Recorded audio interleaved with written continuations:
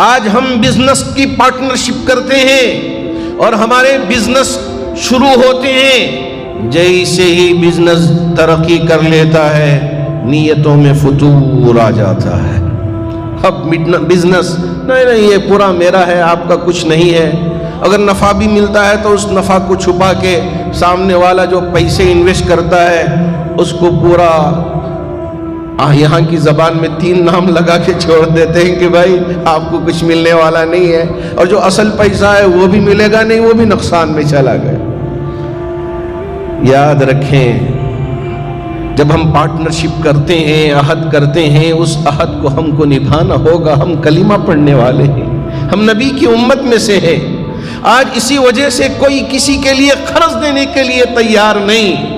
کیوں؟ اس لیے کہ اگر قرض دوں تو جب قرض واپس لینے کا وقت آئے گا تو لڑائی جھگڑے ہوں گے، سامنے والا قرض واپس کرنے کے لیے تیار نہیں۔ معاملہ ہوا کہ ہم بعد میں پیسے دیں گے، تاریخ لکھی جاتی ہے، جب واپس کرنے کا جب وہ وقت آتا ہے تو بھول جاتے ہیں، اپنے وعدے کو پورا کرنے کے لیے تیار نہیں۔ ہم ہیں نبی کے امتی، لیکن ہم ان باتوں پہ عمل کرنے کے لیے تیار نہیں۔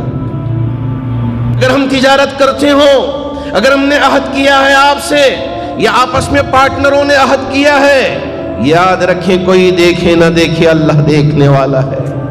ہم سوچتے ہیں ارے چلو دھوکہ دے دیں گے، بعد میں دیکھ لیں گے آخرت میں۔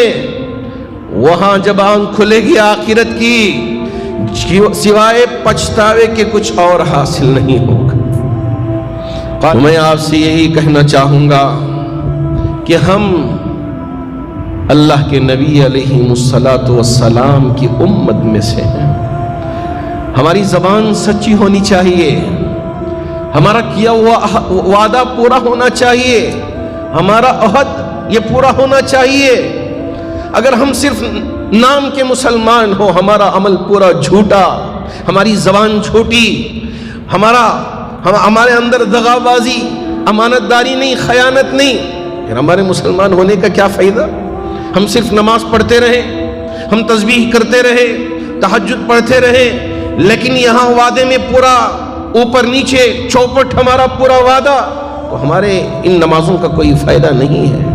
ہمارا عمل اور ہماری عبادت یہ ملنا چاہیے، ہماری زبان صحیح ہونا ہے اور ہمارا وعدہ پورا ہونا ہے۔ وَأَوْفُوا بِالْعَهْدِ إِنَّ الْعَهْدَ كَانَ مَسْئُولًا۔ جس کسی سے بھی آپ نے عہد کیا ہے اسے پورا کرو، اس لیے کہ عہد کے بارے میں قیامت کے دن اللہ رب ذوالجلال کی بارگاہ میں پوچھ ہوگی، سوال ہوگا کہ آپ نے پورا کیا نہیں کیا۔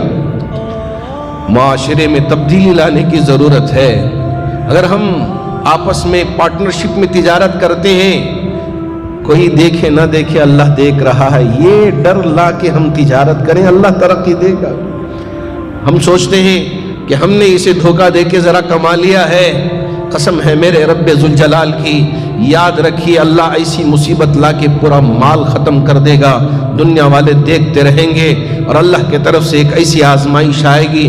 شروع میں یہ مال، یہ چمکنے والی کاریں، یہ دکانیں، یہ بلڈنگیں ساری نظر آئیں گی، لیکن یہ سب جیسے ہم سمندر کے کنارے بالوں میں ایک گھر بناتے ہیں، اب ایک سمندر کی کیا لہر آئی، پورا گھر ختم کر کے چلے گئی۔ اسی طرح اللہ کے طرف سے ایک ایسی مار آئے گی کہ جتنا بھی ہم کمایا ہے اور یہ سمندر کے کنارے گھر بنایا ہے، جیسے وہ ختم ہو جاتا ہے اسی طرح یہ ساری چیزیں ختم اور آخرت بھی برباد ہو جائے گی۔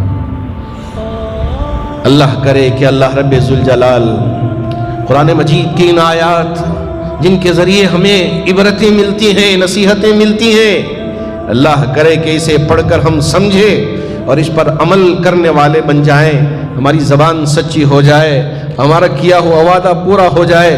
اللہ اس کی ہم میں سے ہر ایک کو طاقت و توفیق عطا فرمائے۔